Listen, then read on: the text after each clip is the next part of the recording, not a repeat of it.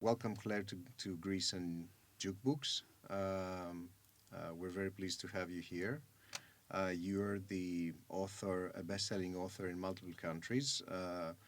Your book, The Authenticity Project, has more than 11,000 views on Amazon right now and more than 60,000 views on Goodreads.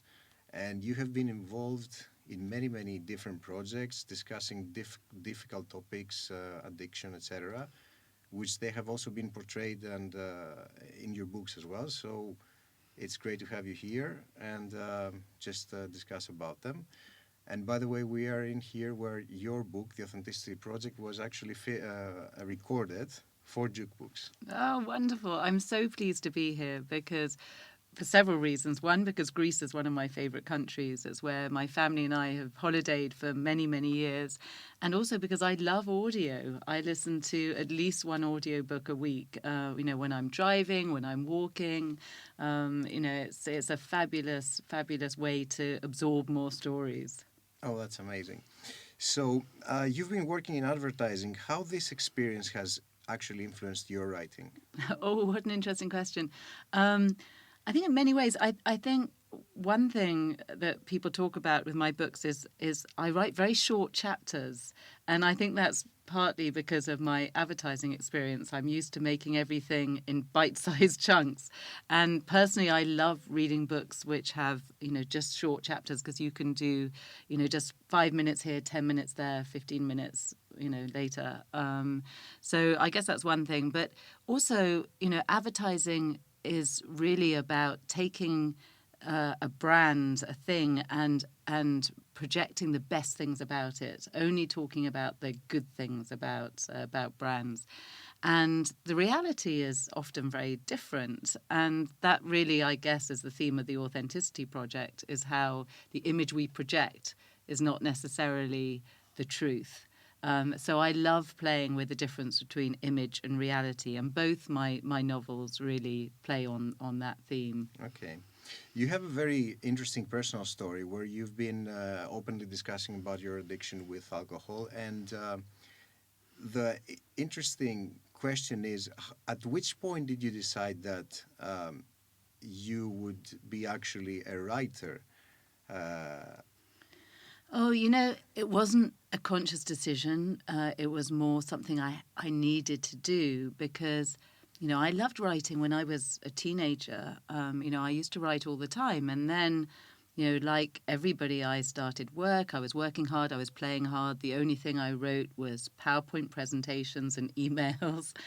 And then when I quit drinking in 2015, I was too ashamed to tell anyone what a mess my life had become and the problems I was having with alcohol. I couldn't tell my friends, I couldn't tell my family or my doctor, but I had to offload somehow. And so what I did was I started writing again, and I wrote a blog called Mummy Was a Secret Drinker, and I wrote in that blog every day, and that was how my writing came back into my life then, 7 years ago. Okay.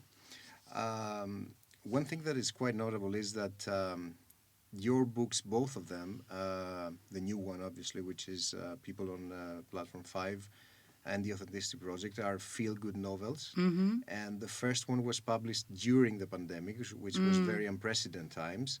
And the second one was actually written during the pandemic, Yes. which, again, it's quite unprecedented times and hard. So how hard is it to write a feel-good novel during those extraordinary times, historic extraordinary times?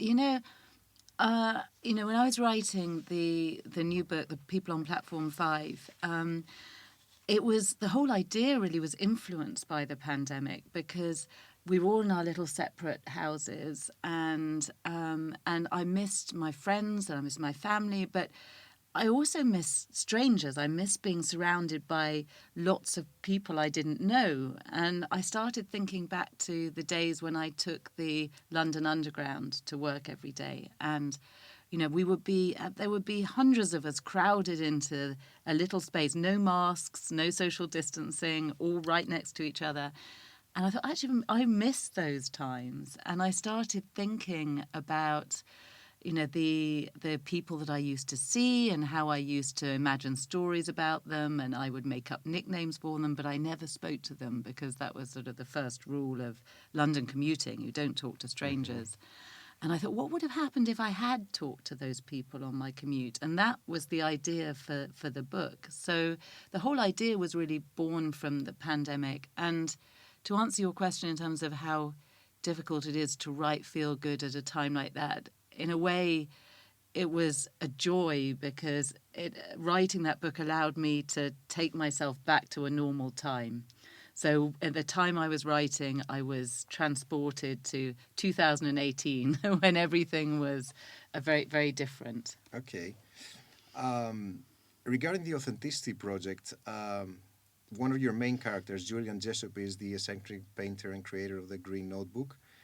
And he claims that everyone lies about their lives. So that was probably the starting point of the whole novel. How did you actually develop that into the whole plot of the book? Oh, I guess the starting point really for me was in a way my own story, because what I realised is that when in 2015, when I quit drinking, if you'd looked at my social media, my life looked perfect. Everything looked happy and settled and easy, and the truth was very different. And I realised that although I wasn't intending to lie about my life, the difference between the perception and the reality was massive. And when I started writing the blog, that writing the truth about my life and telling that truth to strangers completely transformed my life, and it transformed the lives of thousands of people who then read it. And that made me think, well, what would happen if other people told the truth about their lives to strangers? And that was what Julian did with the Green Notebook. He told the truth not on the internet, but in an old-fashioned notebook, which he passed on to strangers who passed it on to other strangers and so on. And so, yes, the idea came really from my own experience. Okay. And do you find that writing a fiction is actually giving you a little bit of distancing between yourself? But because I understand that you convey a lot of things about yourself, a lot of personal beliefs through the books, right? Yes, yeah, and actually, when I was writing the blog, I was writing as therapy, and it was me, pouring my own self onto the page, and I still write as therapy. So now, I still explore the things that matter to me, the things I find hard, the things that I find frustrating, or things that make me angry. I still explore all of those things, but through the eyes of fictional characters, which, as you say, gives you a bit of distance. But it's still therapy, but it's therapy in a easier way, if you like, because there is a character in between me and the emotions. And last but not least, what's your future in terms of literally? What's in the pipeline? Are you working on something right now? Oh, I'm writing another book right now, and I'm about a third of the way through, but I'm at the early stages when I'm still getting to know the characters. I'm still working out where the story is going. So it's at it's at an early stage. But, I guess my big dream is I would love for one of my books to be a film or a TV series at some stage, and to see it on the big screen. That would be an amazing experience. That would be great, probably. Thank you very much for being here. It's lovely to have you here in JukeBooks, the land of audiobooks in Greek and in Greece. So wish you every success in the future. Thank you. It's been great talking to you, and I hope that audio in Greece goes from strength to strength, because it's a wonderful, wonderful platform.